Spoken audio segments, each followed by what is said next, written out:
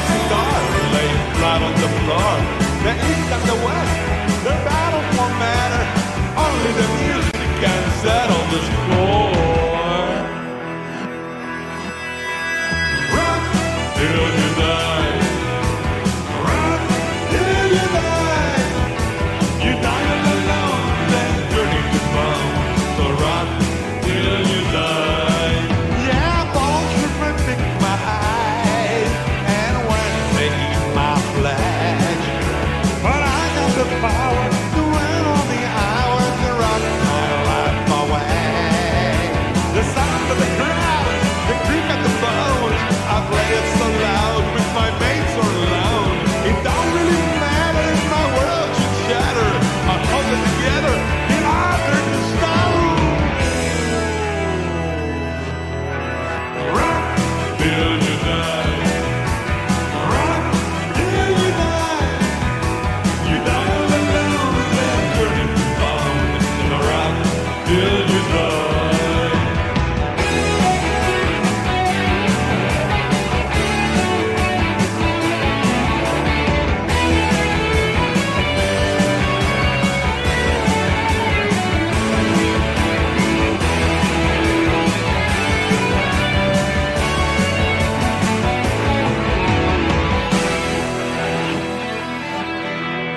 Rock till you die. Rock till you die. You die alone, then turn into bone. So rock till you die. Rock till you die. Rock till you die. You die alone, then turn back to bone. So rock till you die. Rock till you die. Rock till you die. You die alone, then turn into bone. So rock till you die. Rock till you die. Rock till you die. Rock till you die.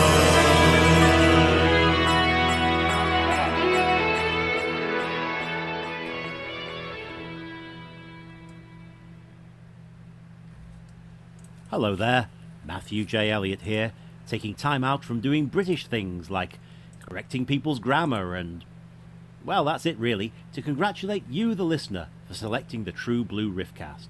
Yes, you could have picked any one of the thousands of RiffTrax themed podcasts on the web, but your perspicacity led you to seek out the #1 RiffTrax podcast, and for that, you shall be commended.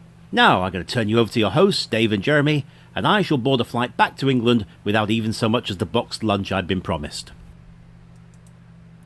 Thank you, Matthew J. Elliott. This is the True Blue Riffcast, and I am joined, as always, by... Hi, I'm Dave. I'm with Jeremy, since Jeremy forgot to introduce himself. I forgot to say That's my own Jeremy. name. Haha. Yeah. It's been one of those days, man. One of those days. Day. One of It's been a very long day. yes. Well, maybe you should have gone to church. I was at work, so... Like you're supposed to. Oh, well. Try and earn a living. How dare you? Yeah. Oh, man. So, Dave, how you doing? I was doing great. I was just going to say, let's do our penguin noises. Man.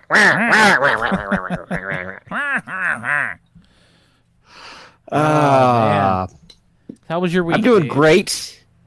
Well, I saw the Matrix 4 trailer, and yes. I'm not a big fan of the Matrix. I think those movies are pretty stupid. But as far as trailers go, I think it was okay. Yeah, it was a pretty decent looking trailer. And yeah, I mean, the movie's going to be hot garbage. Oh, but probably. I mean, if going by the second or third one, especially. Yeah. So, what did you what was your experience with the Matrix? Because my experience with the Matrix is almost exclusively RiffTrax related. I watched the first one after it came out on home video. And on VHS? I don't remember if it was VHS or DVD. I don't know if that movie came out on VHS. It might have. I don't remember even when it I came think it out. did. It I had didn't to see have. it. Yeah. I didn't see it in theaters. I didn't see any of them in theaters because I just didn't really feel like it. Didn't care to. And the first one was fine. It was definitely the best one out of the three. And the second and third one, I can watch them. Have you seen the RiffTrax form? I have not. Oh, well, maybe that's something we can talk about in a future episode of the True Blue Riffcast. Yeah, which we is can a probably do podcast that. you're listening to right now. Yes. But We have some good stuff to talk about today coming up here in a couple minutes too. Yeah. We've got the newest release from RiffTrax, Savage. Oh boy, we've got some words to say about that one. We also have my personal favorite riff coming up, No Retreat, No Surrender. And our short reviews of RiffTrax shorts for today is going to be First Aid for Children, I Can Do It Myself. That's all coming up in just a little bit. First things first, we got to take a look at the weekend box office. And no surprise, the number one movie, once again, Shang-Chi and the Legend of the Ten Rings. It's a Marvel movie, so it's going to be a moneymaker. Moving up from third place into second place, Free Guy. No. Oh, I thought you were going to say Paw Patrol. No, that actually dropped out of the top 5 this week. What? The new horror movie, Malignant, is in third place, which is another one that you can watch currently for free on HBO Max right now. Candyman in fourth, and Jungle Cruise in fifth place. I thought The Rock was supposed to be box office gold. How could a movie with The Rock be in, what you said, number 5? Yes. It has made over $100 million, so. Oh, well. I'm sure it's probably okay. Okay. So The Rock's star status is not going to be diminished by this. This number 5. Oh no, not here on the weekend of September 11th. Oh dear. Oh, you know what we missed? What? You know what we missed? Oh, it was Birdemic, whatever. It was Birdemic. It was Happy Birdemic Day on Birdemic September Day 11th. was yesterday on the 20th anniversary. And we yes, completely missed James it. Wan. Yeah. Oh, there's a new James Wan tweet. Here, hold on. Oh, goody. Let's. I sent it to you. This is our new. This is our new department, guys. This is. Yes. This is James Wan. James Wan Wan said tweets. what? James, yeah. Actually, there are 2, and they're both motorcycle centric. One was from September 8th. The other one was from September 7th. Our good pal, our good friend, a wonderful, wonderful human being, James Wan, director of Birdemic, Shock and Terror. It's on a Harley Davidson. It says, "This Harley Davidson bike will be in Birdemic 3. Thumbs up." And he's doing his Birdemic signal. Yeah, his little claw hand. Yeah, Happy Birdemic. Now, are the San Francisco 49ers? I can't. Okay, those look like they're on the motorcycle, butted up to the Harley that he's sitting on. I'm not sure. Okay. 100%. Let me blow it up. Yeah, it looks like it's on the one next to him. I was hoping those 49ers flags would make it in as well. But nice okay, touch. but look, if they're going to be 49ers fans, he also needs to have a Philadelphia Eagles fan, because he's a part-times Eagles fan. Part-times Eagles fan. Part-times Eagles fan. Now, if he's doing sea eagles, you would think that it would be he would have Seattle or something. The Seattle Seahawks, yeah. Yeah. Well, be like, he doesn't want to go up to the Pacific Northwest. All the weirdos up there would eat him alive. Yeah. Speaking of the Pacific Northwest, we can actually get into that in a little bit when we start talking about No Retreat, No Surrender, because that movie mostly takes place in Seattle. Get that Seattle, or what is it? What's the line? Get that California kung fu out of here. Yeah. Or some garbage like that. They were just like talking mad trash on California kung fu or whatever. Yep. Oh man. Yeah. So we're excited about today's episode, guys. But before we get into Cobra Kai. We're not talking about Cobra Kai. Cobra Kai. Before we It's an overrated TV show. What Cobra Kai is. Yeah. I Can't say that. I Don't tried ever say getting that into out it. loud on Facebook, because like fangirls will rip you apart. You would think you would think that show was created by Joss Whedon, but the way that the way that fangirls just like will claw your eyeballs out for criticizing it. Yeah, no, I'm gonna get myself in enough trouble later anyway. But before, welcome back from the edit, everybody. yeah, Wait, we can't do that anymore. we can't do that anymore. No, I'm definitely gonna be getting myself in some beloved trouble. part of the True Blue Riffcast. Welcome back from the edit. It's dead now. I mean, unless we just do it like that, just as fake edits. But anyway, Yeah. Okay. let's Welcome back from the edit, everybody. Yes. Yes. Let's get into our short reviews of RiffTrax shorts. Yes. Well, for today's short review of RiffTrax shorts, we are taking a look at First Aid for Children. I Can Do It Myself. This is an educational And die. short film. This one was released by RiffTrax. I just clicked past it. Sorry about that. May 23rd, 2020. So this came out a little over a year ago.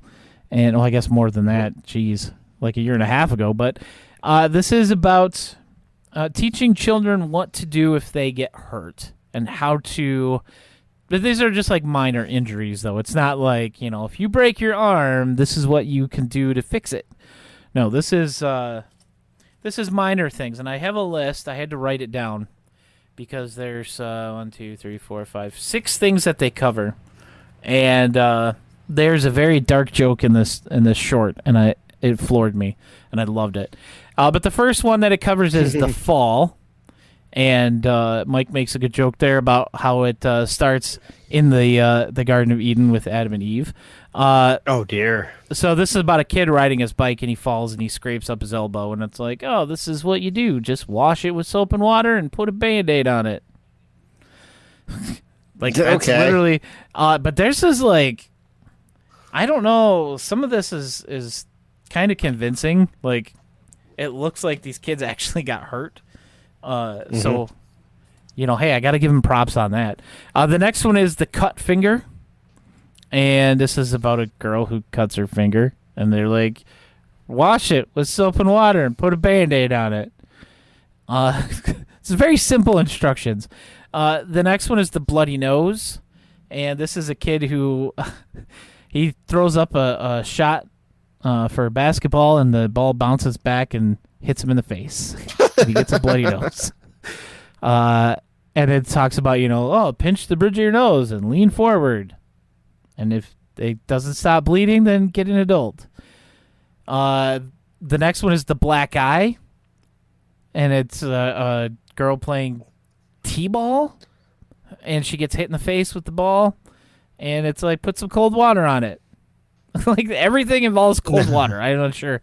It's like rub some dirt on it, Yeah. The blister. This kid's playing with another kid, and he takes his shoe off, and he's got this big blister on the bottom of his foot. It's not good to see. And the last one is the bee sting, whereas Kevin says, the funniest scene in My Girl. That alone, that's pretty good. That That's alone really good. made this whole short worth it. Worth the 99 cents or whatever. This was a 99 center. This was like 11 minutes long. It's so good. But if you don't like the sight of like realistic blood in something, don't watch this one.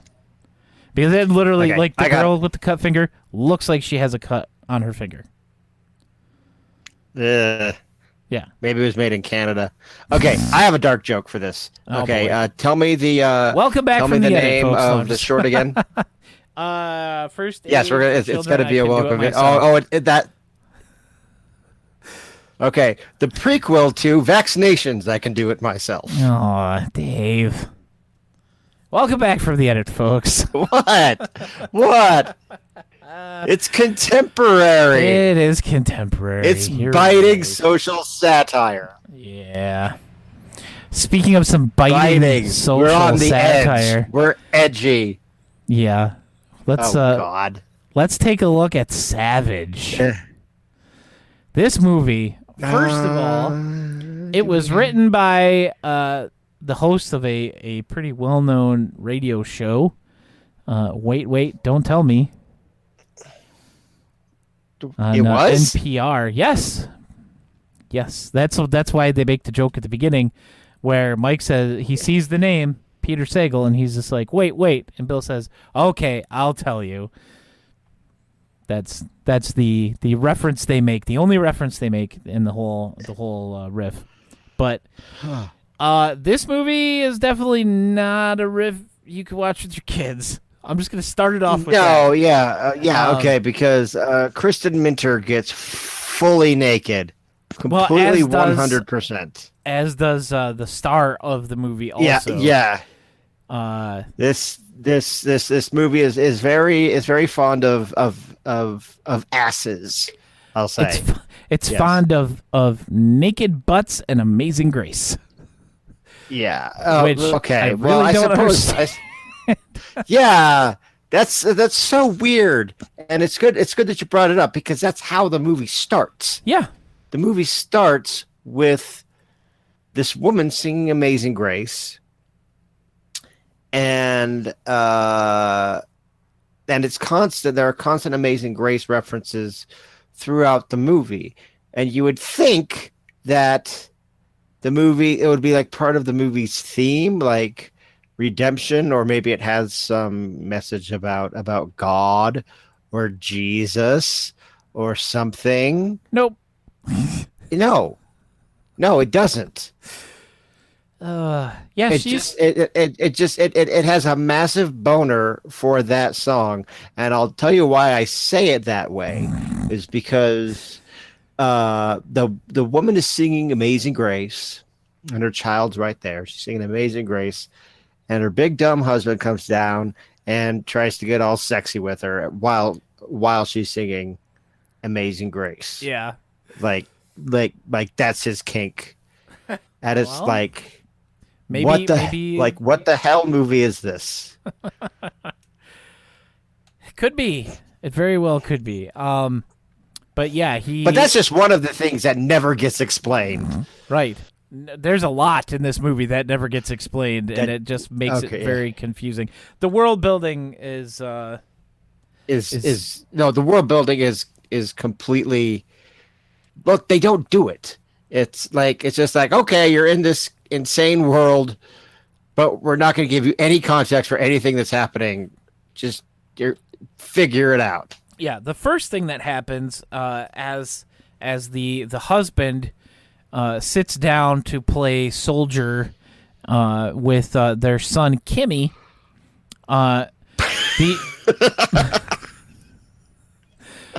that's the name. The main character of this movie, we don't actually, and I didn't write it down and I forgot it, but we don't actually find out the guy's name until he's just Savage. I think it's like 2/3 of the way through the movie where, or no, he goes in.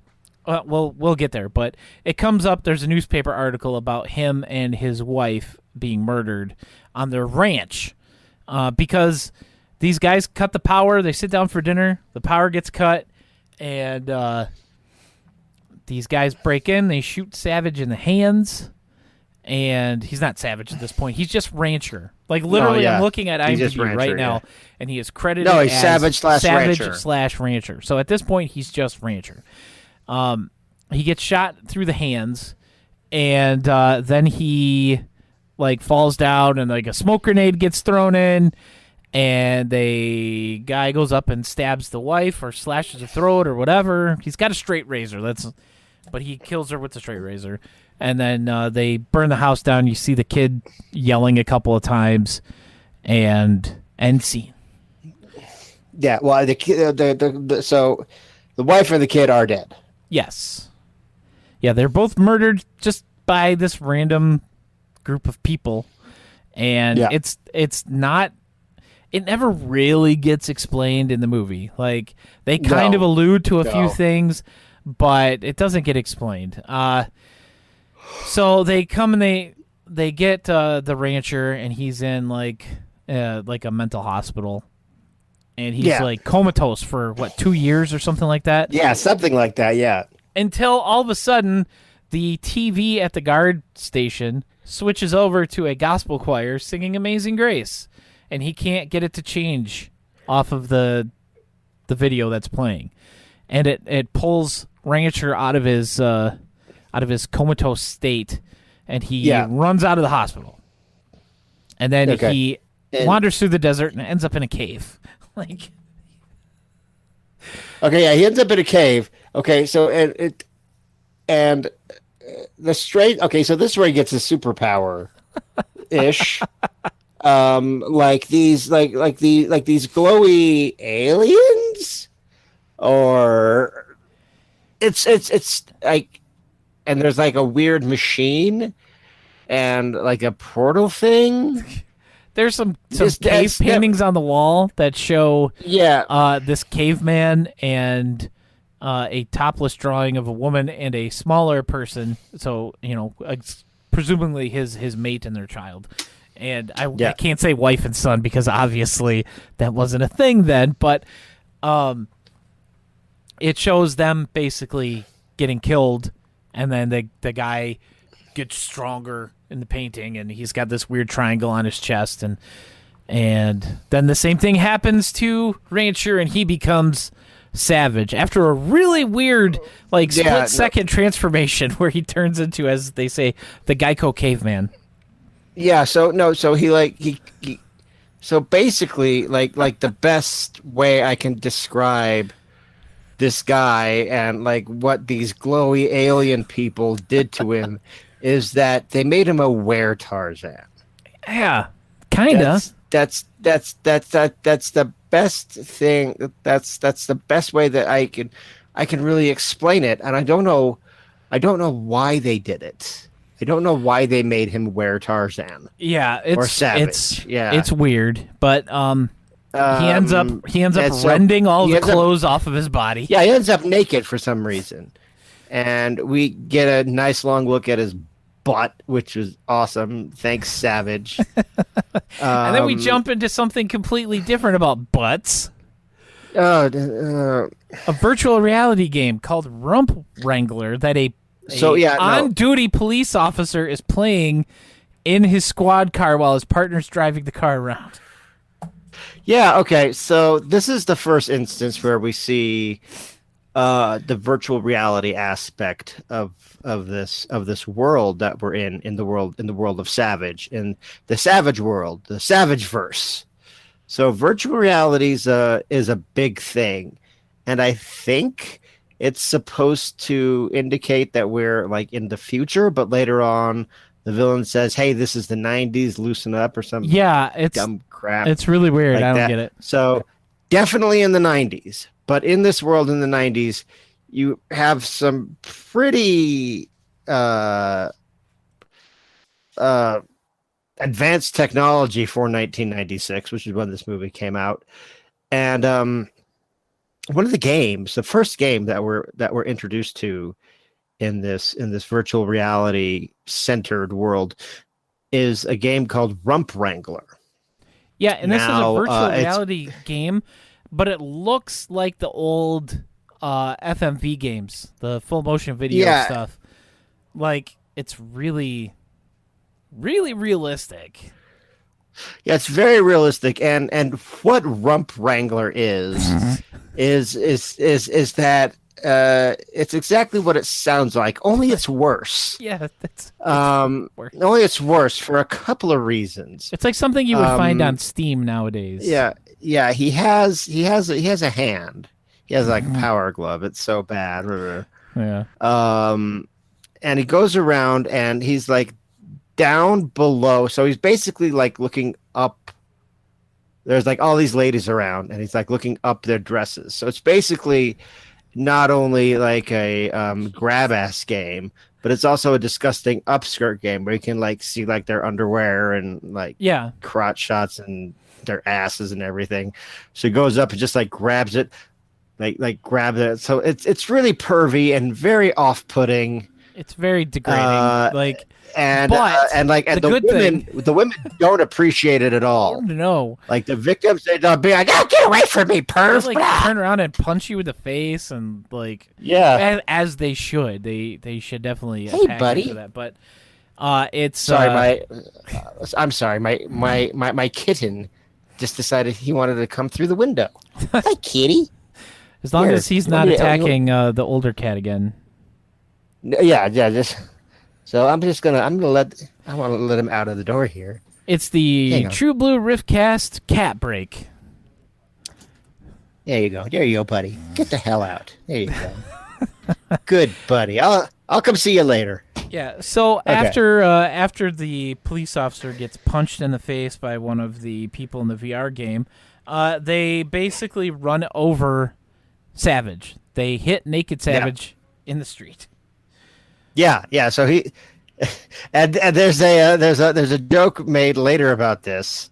I think Kevin or Bill says, just remember, kids, when the police hit you, if you get hit by a police car, they will arrest you. Yep. And they alternately say that they alternately say that he smells like a goat. Oh yeah, they call him Goat Boy a lot. Yeah, they call him Goat Boy for some reason, even though he's not a goat. He's a Tarzan. He's a were-Tarzan. Yeah, he's a Tarzan.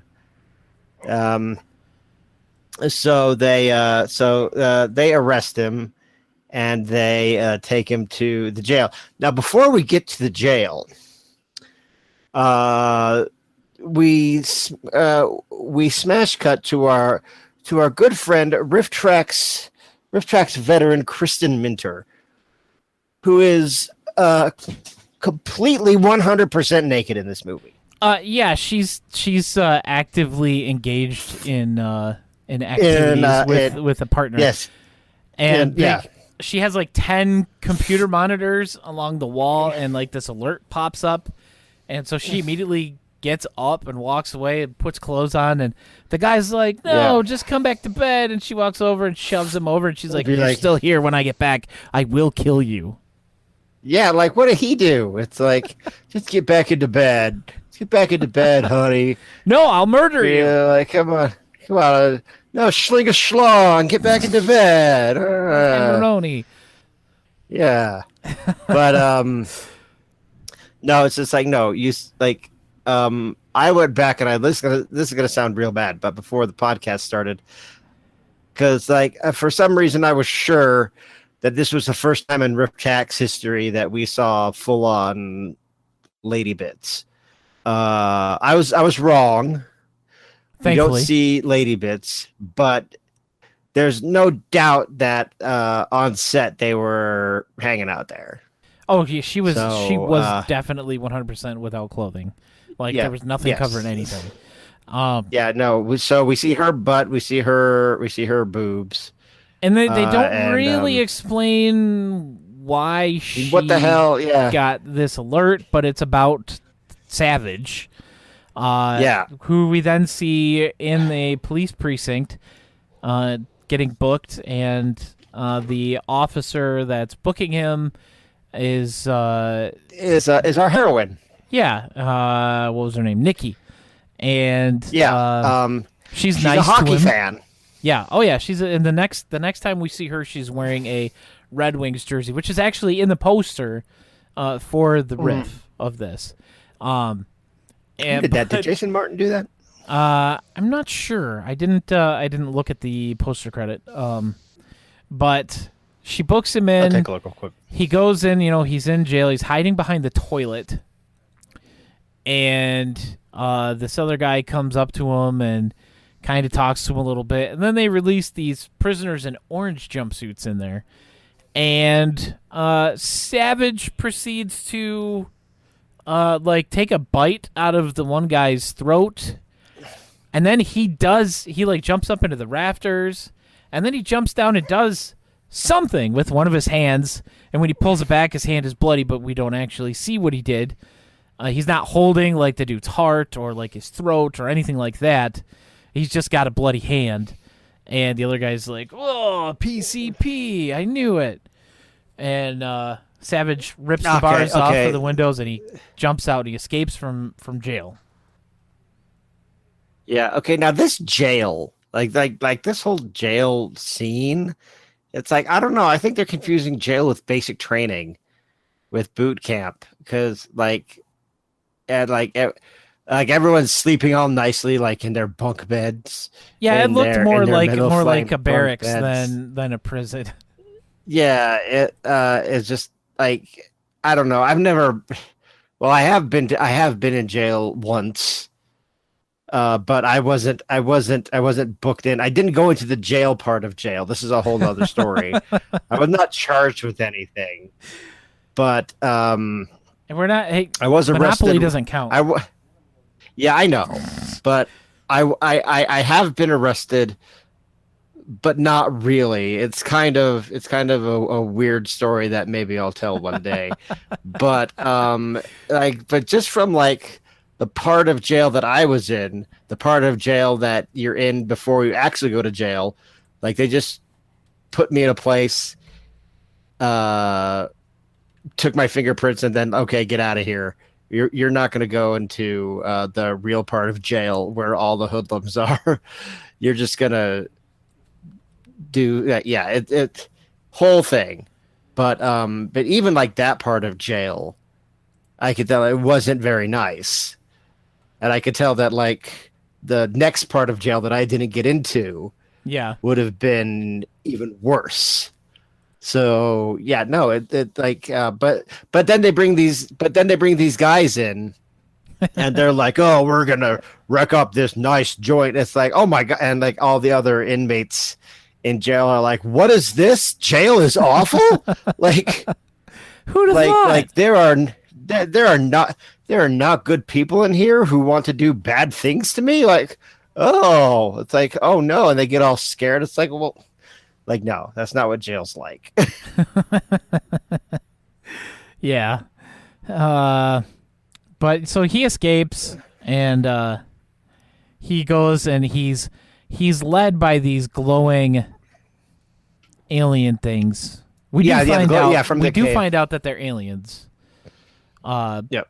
But I don't know if they're actual like aliens or if they're like the ghosts of the aliens, or we don't know. It's I think the bad guy does explain it, but I was so checked out by that point that and also his monologue was really long and confusing, so even if I wasn't checked out of like what was going on, I wouldn't have been able to follow it anyway. Yeah, none of it really mattered because it was all just a mess anyway.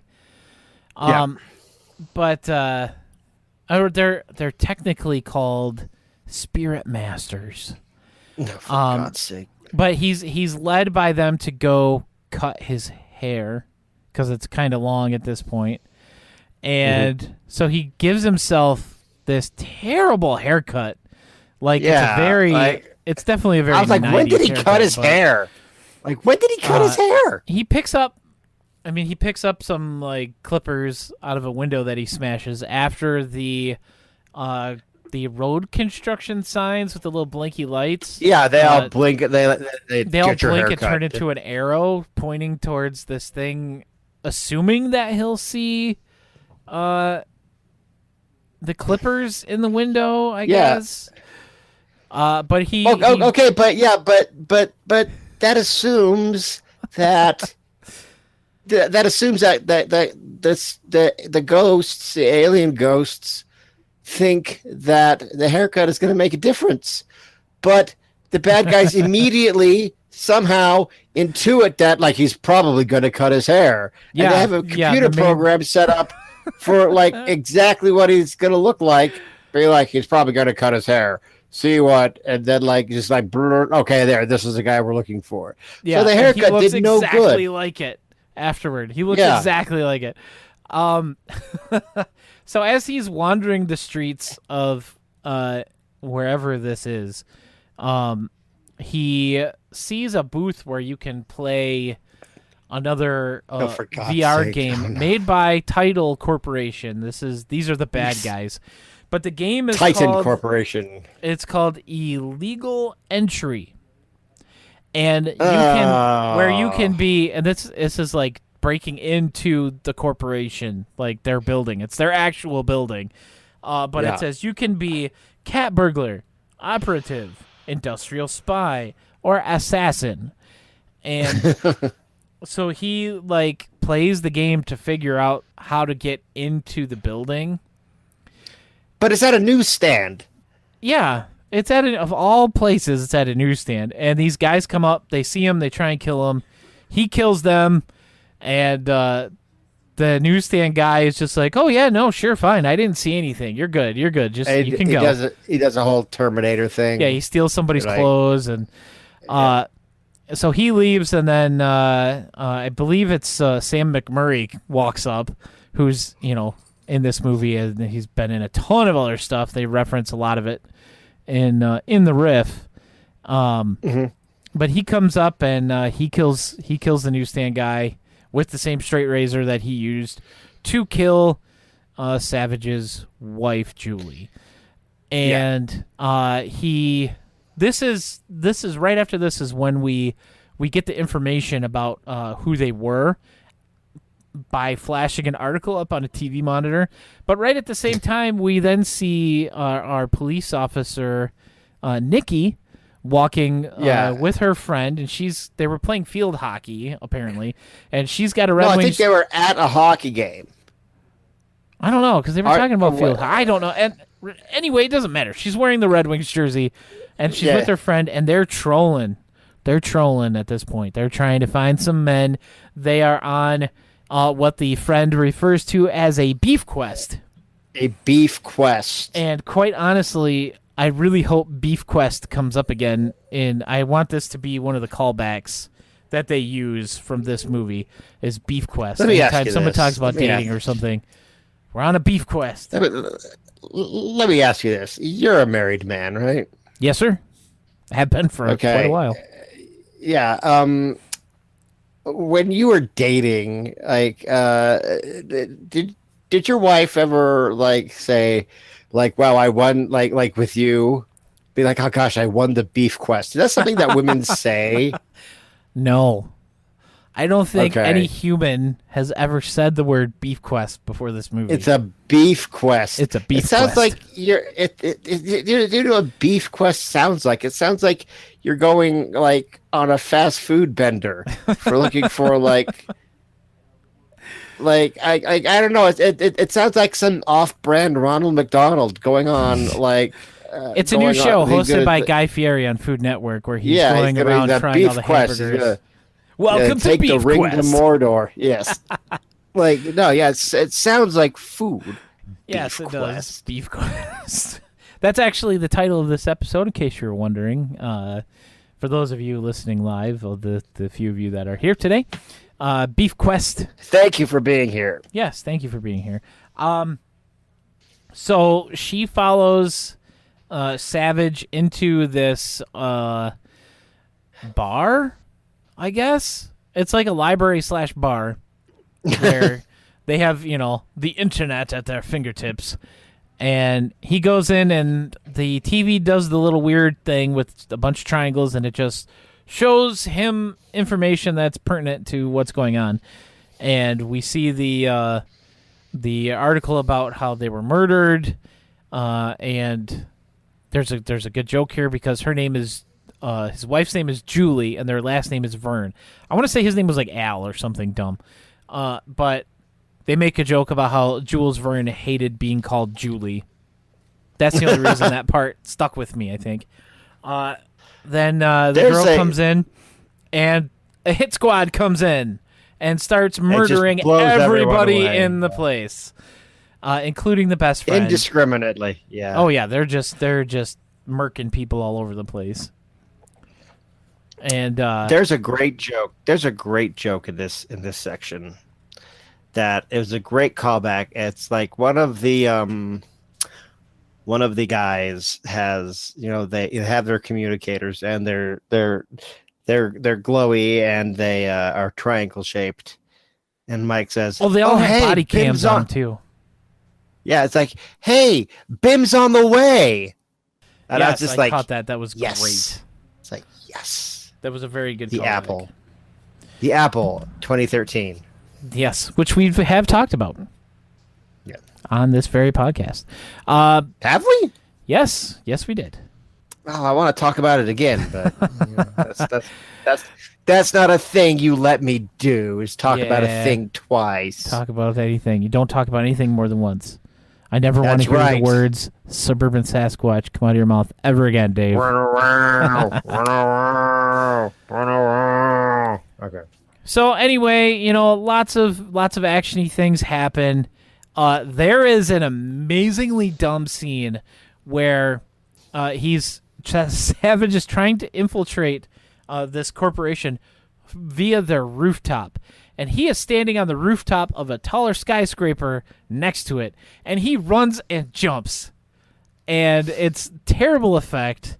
And he just lands behind the snipers set up who are waiting for him to try and come in through the front door.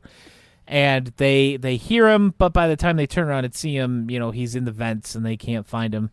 But they make a great joke about, haven't you learned anything from the Fast and Furious franchise? You're only supposed to do this in a car. Oh, that was good. But it was one of the worst.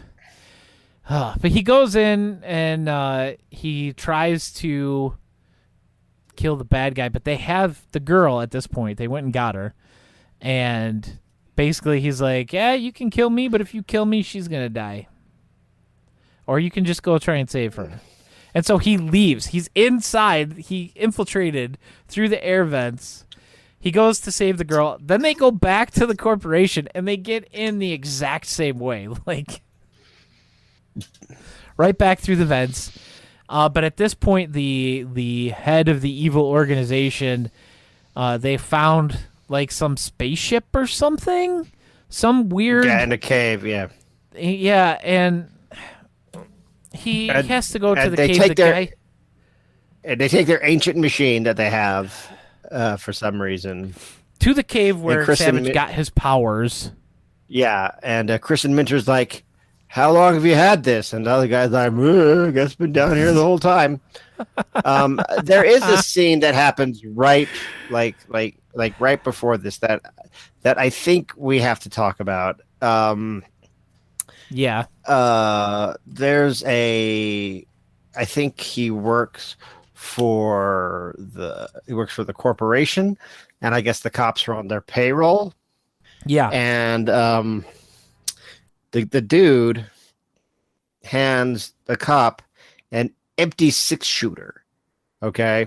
And makes a big deal about this is empty. And he's like, "Okay, make sure you know what to do, Mason," or whatever his name is. Yeah. It's like, "You know what to do, Brooksy." And anyway, so Savage and the girl are being led out of the Titan building. Yeah, this is after the second time they broke into it. Yeah. So they're being let out by the and Savage is about to be put in the police car, and the cop comes up and puts it's like the worst it's like the worst plant. It's like the worst planting of evidence. He goes up and he sticks it up against his chest and then just lets it fall to the ground. He's got a gun. He's got a gun, and then just be like, "Oh well, it's open season." Blah blah blah blah blah. But no, he defeats everybody and they escape. You've got they escape. 5 police cruisers, and there's all the henchmen from inside the building Nope, they easily they just are go defeated. And so the main thing that the bad guy's trying to do at this point is he wants to move on to the next step of human evolution or whatever. Yes, he wants to become a be skull digitized. monster. Yeah, it makes I don't. Yeah. Okay, see, this is where like the okay. This is a part. This is one of the parts where we say the world building is garbo in this thing. Nothing is explained. I mean, like I said before, the bad guy does have a big long monologue where he kind of explains everything, but it makes no sense. Right. Like the connection between the police and the corporation, how that connection is never explained. It's never explained why this world is so virtual reality based, like why in the culture of this world there's so much virtual reality. Yeah, because it every just time you looks turn like around, normal. It's not like it looks like normal. It looks like normal post-apocalyptic or 90s dystopian or anything like LA. that. Yeah, Yeah. but so like what this movie really could have used is a I think they have it in Bronx Warriors 1990 where they explain like how the world got there. I think they definitely sort of have it in I don't know, I could be wrong about it, but They definitely don't have it in this movie at all. yeah, no, there's no explanation as to what this world is. It's significantly different than the world in the 90s, and yet it isn't at the same time. Yeah. So we're missing lots of pieces, and part of the parts of the pieces that we're missing are also here in whatever whatever the hell the villain is trying to do. Yeah. So the villain is like floating around all Dune style in this machine that they have, and he turns into a skull man. It starts like disintegrating his body, but it's also creating Kristen worldwide Minter earthquakes. dies. Yeah. Oh yeah, he like. Oh yeah, looks at her and she that burns. too. Yeah, she burned. Yeah, she's dead. Kristen Minter's dead. You don't get to see her juicy booty no more. But, well, believe it or not, ladies and gentlemen, that's actually very mild to the things that I would say when this show is not live. Yeah, okay, the stuff that he would make me edit out.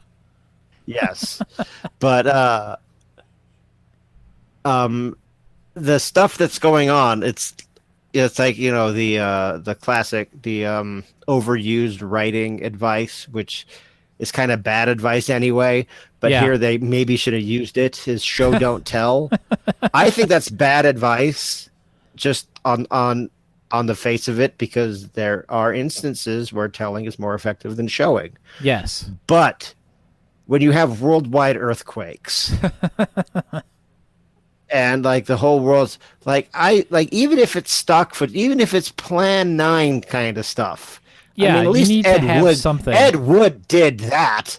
No, it's just over the radio. It's like, oh my gosh, the horror, James. Back to you. Story at 10:30. Yeah, when you're getting outdone by Ed Wood, you've got a problem. Yeah. But it's just so just like lazy the way they do it. It's just like there's a radio that happens to be there. It's just like, oh my God, King, they killed him. By God. The guy ends up basically getting melted as he's a skull man Savage stops it from happening.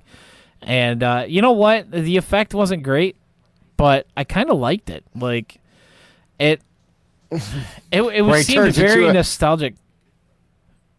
Yeah, when he turned into the a skeleton man. from freaking Spirit Halloween. Yeah, it's I being liked like, it. we got this prop for $300.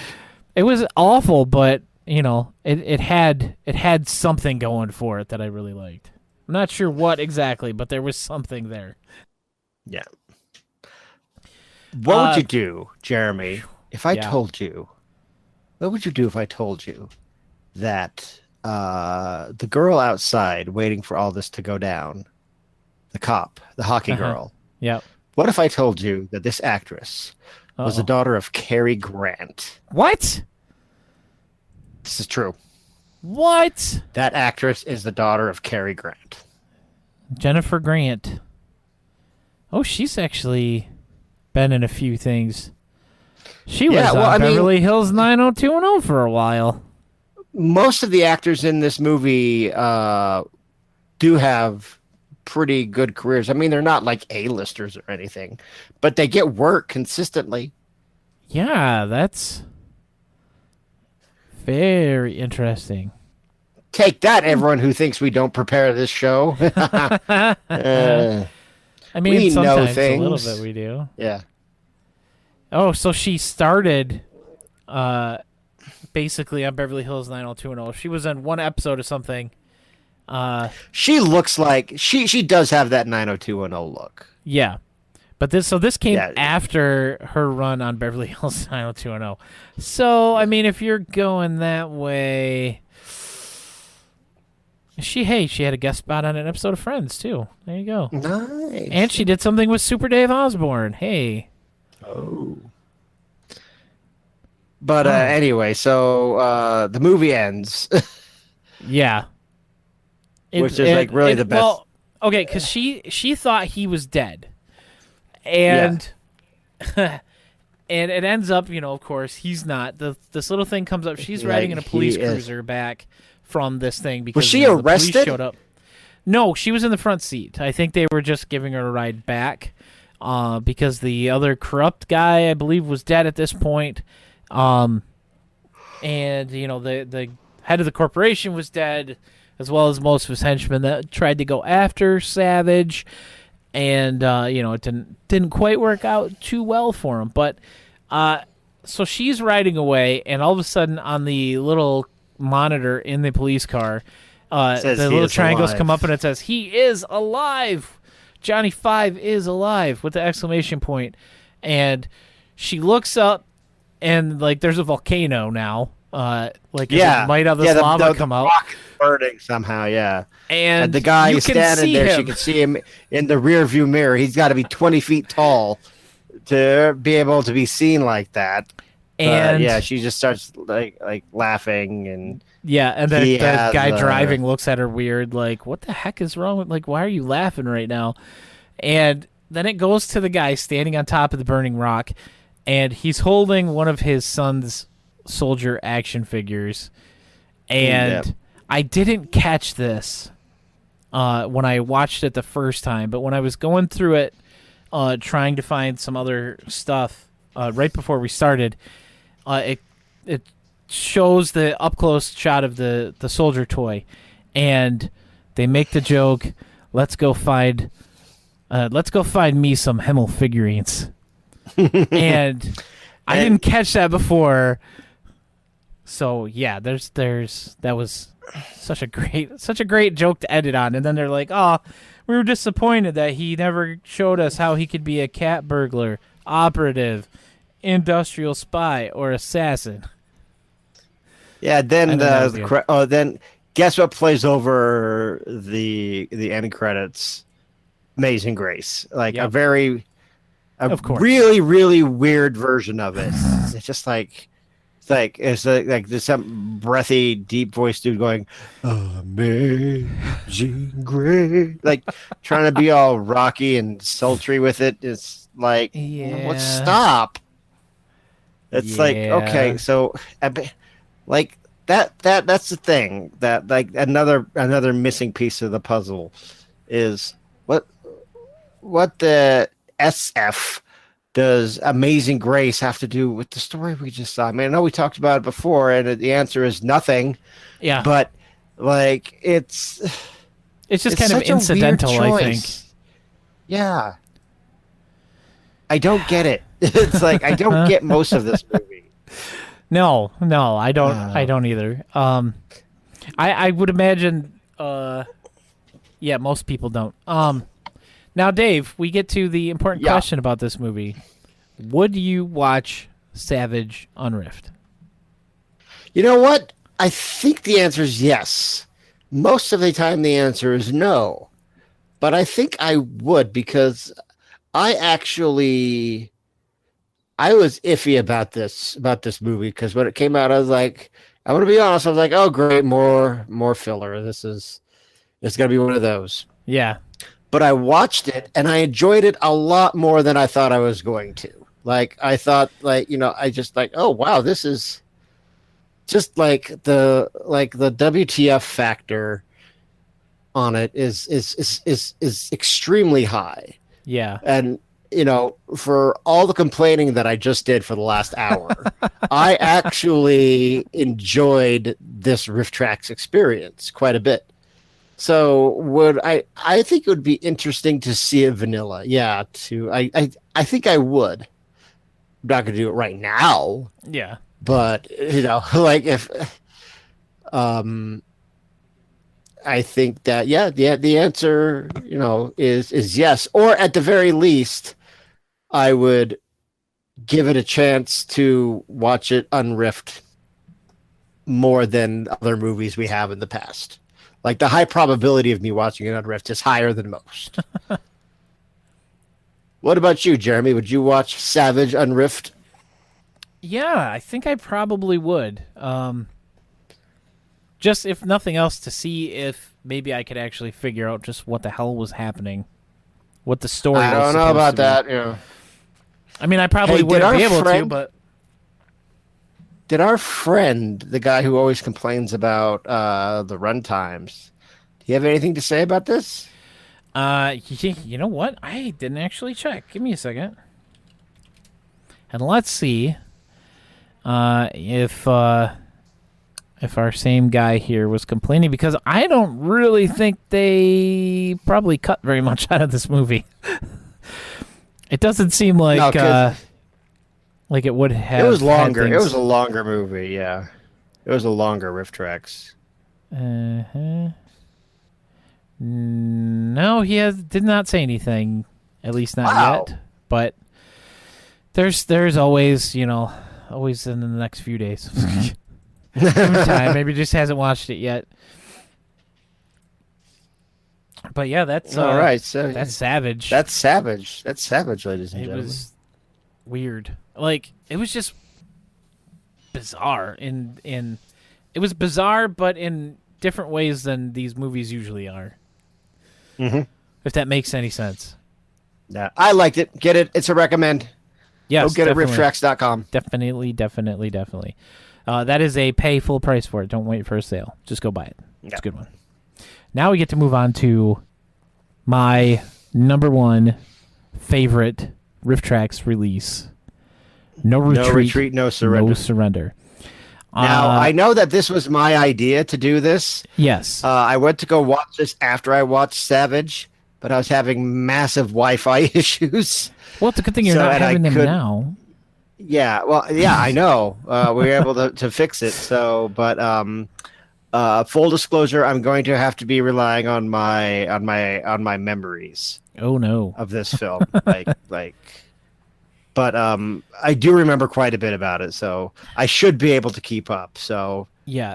Now the main reason that this movie is the number one on my RiffTrax spot. When I was little, well, not little, but when I was younger. I mean, the movie came out in '86, so yeah, I guess I was little. I guess I was 8 when it came out. But I watched this movie all the time. Like, I would constantly rent it from the video store that was on the corner. I didn't know that. And I loved this movie when I was a kid. When I got older, they released it on DVD, and I saw it, and I'm like, oh man, I used to love this movie. And I bought the DVD, and I went home and I watched it, and I realized that I was really dumb as a kid. Yeah, I know that, dude. That happens so much. Okay, look, especially with Power Rangers. Like, Power Rangers will be on Netflix, And like, dude, I knew Power Rangers was dumb when I was a teenager. Okay, I knew it. We all knew it. That was part of the charm, though. You know, right? And that's kind of how I feel about this one. Going back, I get the same feeling. It's just like, oh no, I can't. Like, I am leaving my memories of this where they are. Yeah, because I'm gonna feel like I was a colossal moron for spending so much time with this.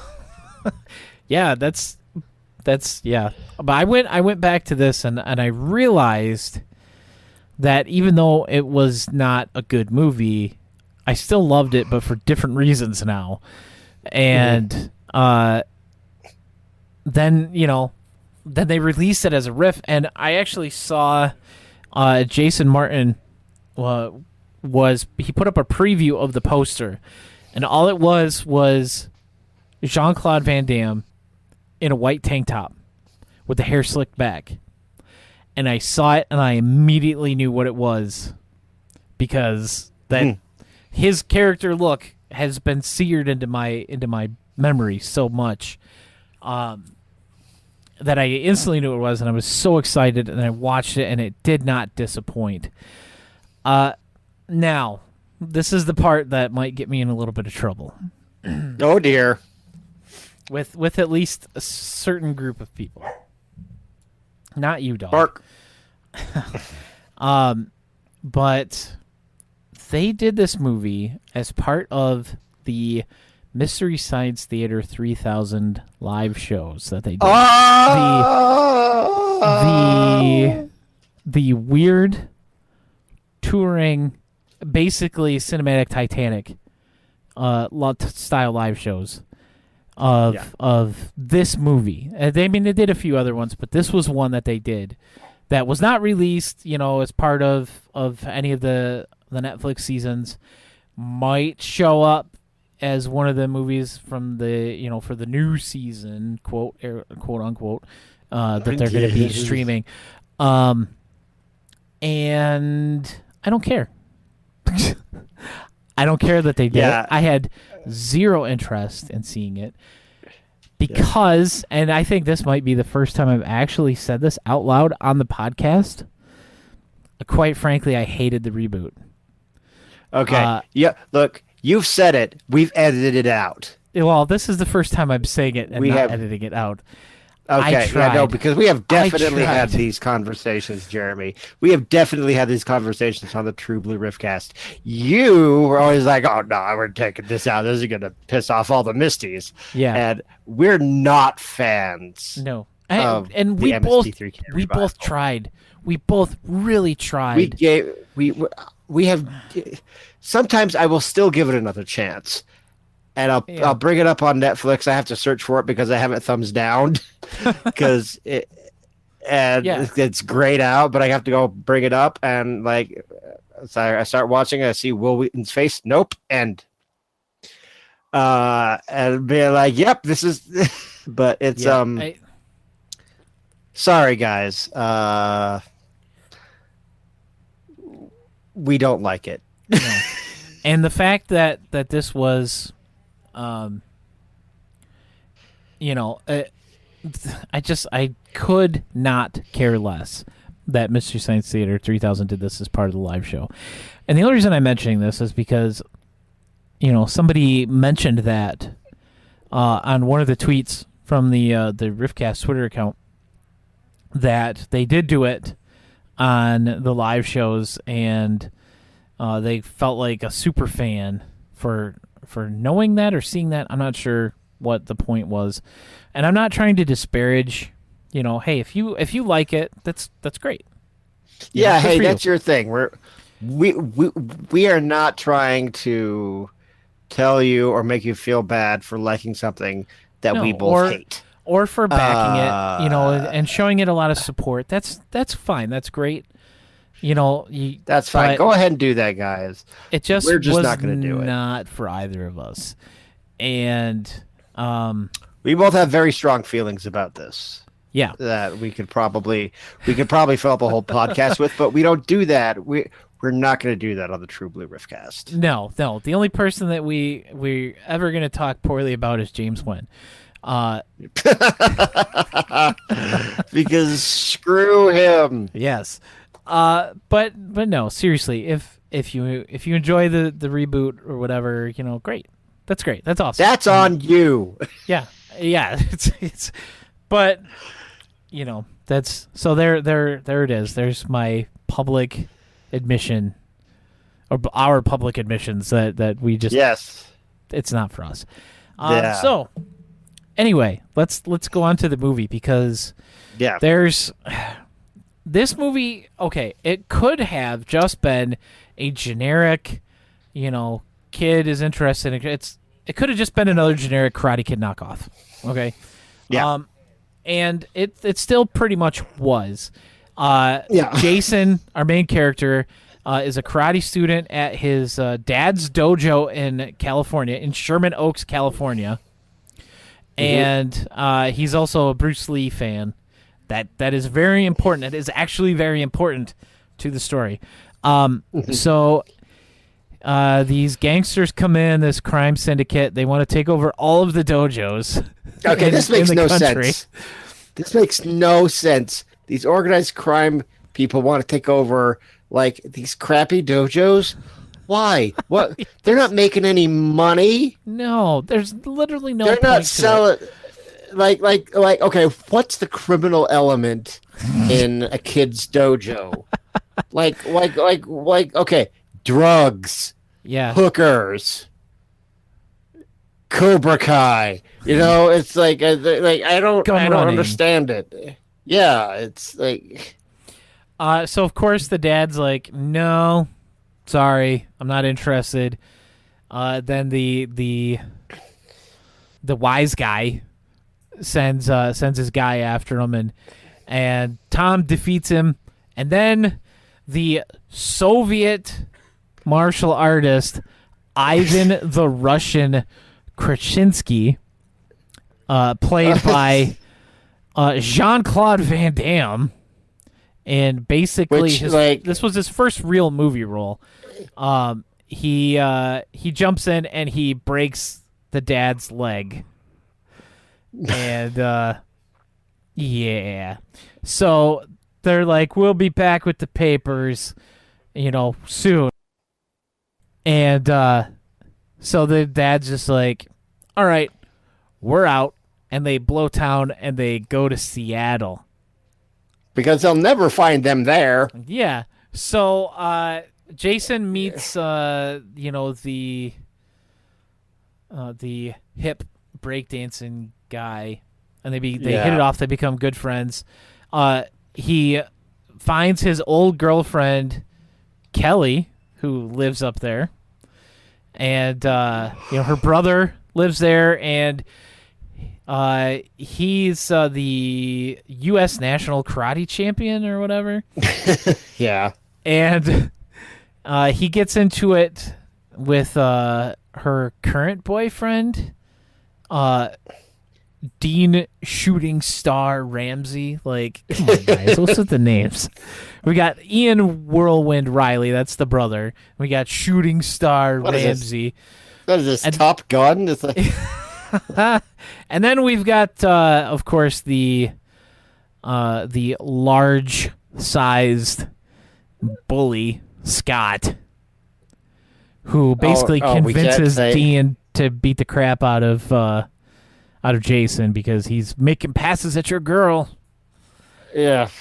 But, he's always eating. It's one of the stereotypical it's always like, 80s it's all bullies. the fat jokes, yeah. Yeah. And Jason tries to join the local dojo, and hey, guess what? It's the same place that Dean and Ian are at. And Scott is like, oh yeah, he thinks that his California Kung Fu or whatever is better than your Seattle. Get that karate. Seattle garbage out of here. Really. So they lie about him, and they turn the dojo against him. And they basically humiliate him into running away. And Jason is at home, and in the garage, he sets up his own like little mini dojo, and he's got posters of Bruce Lee all over. And he goes and visits Bruce Lee's grave, and And the dad gets mad because he finds the stuff in the garage, and he's like, "No, I told you no more martial arts. We're done with it." And so Jason meets up with his friend RJ, and they take all the rest of his stuff, and they find an abandoned house nearby. And they move everything in there, and Jason falls asleep at the house, and this is where the twist comes in. Yeah. This is where we get the ghost of Bruce Lee. Yeah, the ghost of Bruce Lee shows up. But it's not actually, obviously it's not Bruce Lee. It's not even anybody who even remotely looks like Bruce Lee, other than the fact that he's also Asian. Like, I think they say that it's, some delivery guy from the Chinese restaurant down the street or something. Some of my friends and I, we have this saying, whenever they bring somebody in like that, that's very obviously not who they're supposed to be. It's someone from accounting. Like they got Bob from accounting. Hey, we need you to come do this. I used to have a U.S. release of the Masterpiece Optimus Prime figure, which is like the really giant, super detailed one, and it came with this base that had a button on it, and you push it, and it would do sayings from the movie. The original animated movie, except it wasn't Peter Cullen. It didn't even really sound anything like Peter Cullen. And was it Eeyore? No. This was how it started. It was like Tim from accounting, like, hey, we need someone to say these lines real quick so we can push this toy out. And so that was kind of the start of it. Yes, yeah, it was just like one shall stand and one shall fall, but it sounded like that. It was very terrible. And stop, Megatrons! Why are you Decepticons so mean? That's basically the same thing here with this guy playing the ghost of Bruce Lee to teach him how to fight. And of course, he becomes a master martial artist, and he beats up a whole group of thugs. He does have a great training montage with a very uncomfortable scene in it. Where he's got the guy from Breakin' is, the break dancing friend is sitting right on his crotch, and he's doing like upward thrusts. So they basically, it's uncomfortable. It's very awkward. And but they attend the annual. There's this kickboxing tournament. And it's the Seattle Sidekicks and the Manhattan Maulers teams. But before things can get started, the Crime Syndicate team comes in and makes a wager that none of the Seattle fighters will be able to defeat their unstoppable Soviet warrior. Why would they do such a thing? Doesn't make any sense. Yeah. So everybody gets in there, and the Thunder team gets their under. butts kicked. The U.S.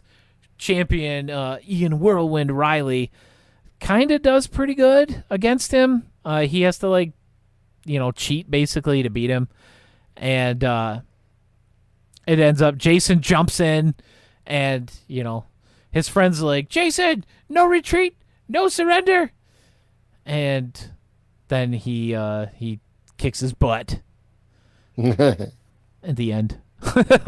That's the end of the movie. Yeah. They all pick him up to celebrate, and then it just fades out from there. So were they not gonna take over that dojo too? Like, what was accomplished? Yeah, I think they were, if they won, then they got the Seattle dojo. Mm-hmm. I'm assuming. Nice. I don't know. I don't. Yeah, you would think that. I don't know if that was ever established. Yeah, I don't. But I don't remember that part of it. So, believe it or not, this thing made $4.7 million at the box office. Yeah, and it spawned two completely US and unrelated Canada. sequels. There was No Retreat, No Surrender 2. Oh, it's one of those? Yeah, No Retreat, No Surrender 2 actually has Cynthia Rothrock in it. Really? Yeah, and it's like... RiffTrax veteran Cynthia Rothrock. Yeah, and the completely unrelated sequel that takes place over in Cambodia, and there's like prisoners being executed by the evil general in Vietnam, and they're trying to rescue. And then they made a third one that has even less to do with either of the two. The same director made the second movie that has nothing to do with the first movie. And then the third one has even less to do with it. It has a different director and everything. And I remember I saw the title for the second one, and I'm like, ooh, they made a sequel. And then I read it, and I'm like, that's not right. So, it's like, this is supposed to be about a dojo. Like, ear necklace guy from McBain is in this. Yeah, it wasn't anything really to watch. So I never did. I never watched the other two. Yeah. I just know they weren't great. I really liked this one when it first came out in 2015. I was like, this is pretty good. I mean, they were doing a lot of martial arts stuff back then. Yeah, it was kind of not it was kind of a lead into to like Miami Connection, and because it was like right. What's that other one? Death Promise. Death Promise came out. This one came out. Miami Connection came out. It was all this whole doing lots of martial arts. Yeah. Yeah, it was kind of a theme for a few weeks.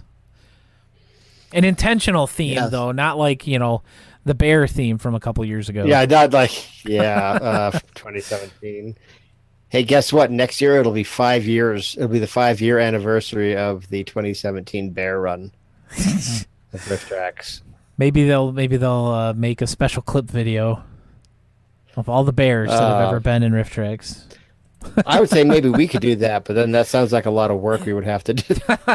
Yeah. All I have is Windows Movie Maker, so it might. I have iMovie. Oh. Ooh. I would end up using Comic Sans and Star Fades. Yep.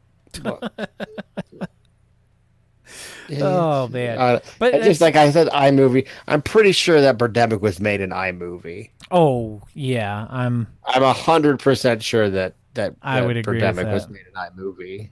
But yeah, this one actually came out in October, so we're pretty close to when this originally came out. It was October 15th. We're about a month away from the anniversary of No Retreat. 6 years ago. And of course, this is part of the Friends subscription. So if you haven't purchased this one, it's a good. Watch it that way. I would recommend it. Yeah. Oh, definitely. I of course recommend it. And yes, Dave, I would watch this movie on Rift. But yeah, I you have watched this movie on Rift like my whole life. I think I'd give it a chance. I mean, There's as way far worse as movies like you Rift could watch. on Rift, oh yeah, Yeah. like this is not like, I mean, yeah, it's a Garbo movie, but I mean, it's not horrific. It's not like Replica. Yeah. It's not like that. It's competent. Yeah, for the most part. Yeah, they did compare this movie to both The Last Dragon and The Karate Kid. Critics did. And Rocky 4, of course, because Of course, because it was very clearly supposed to be. That was very clearly supposed to be Ivan Drago. Yeah, but he's Ivan Krasinski. Yeah, which is way more difficult to say. I'm not even sure if I pronounced it right. He dies. Yes, but in Jean-Claude Van Damme's accent, which is way weirder. Like, just totally way more bizarro. All right. So, but yeah, that's No Retreat, No Surrender. Should we pick a? Yeah, we movie for gotta next week? Gotta have something for next week. Did you have anything in mind, Dave? I didn't have anything in mind. I just pulled up RiffTrax now. Go to my library where I own everything. We can watch anything we want. Yeah. I'll have to go back. Let me hit that. This is 2018. Let me go back even further. Hit the the master list also, so we can Okay, make sure that so- it's not anything we've done yet. Okay, here we go. Here's 2013, the very beginning of 2013. Say what? What's going on here? But what? How about what? No, it's populating. I have like a butt ton of riffs. So it's just taking a while for the list to populate. Is that what? Yeah, it's basically it. You know what we should do? We should do Cool as What? Ice. Have we talked? I think we've talked about that before, haven't we? Nope. All right, is let's not do on it. the Yeah, master next week list. is It'll next kinda week is tie into Cool as this Ice. week. Yeah. Yep. Yeah, Cool as Ice. not And on the master list, so- we'll pick another one in case we don't get a new release. Yeah, but we'll do that later in the week. So check out the True Blue Riffcast Twitter page at TB Riffcast to get updates about what we're going to be talking about on next Sunday's episode. And that is, Yeah. I think, going to do it for today. Awesome. So, thanks for listening. Thanks for hanging out. If you're listening after the fact of the live show, thank you. Also, everybody who takes part in this, thank you very much. And please don't send me too much hate mail about not liking the Mystery Science Theater 3000 reboot. But send it to me, and I will argue with you. I'll do it. I don't We will. care. I'll fight it. I'll fight every single one of you. We will read it on the podcast. Yes. It'll be live on the podcast. Yeah, so you can find me all over the internet at PB and Awesome. Pretty much anything that you can sign up for that people use. Look for PB and Awesome, and it's me if you see it. Most likely, there's a couple other people that have the full PB and Awesome, but if you do PBN, you'll find me. I'm there. I'm everywhere. And, on Twitter at PB and Awesome. And, of course, again, you can follow the podcast on Twitter at TB Riffcast. And you can check me out on Twitter at DCD. What the hell? What's D. my Chadwick Twitter handle Author. now? D Chadwick Author. You're welcome. You can check me out my blog at davechadwick.info.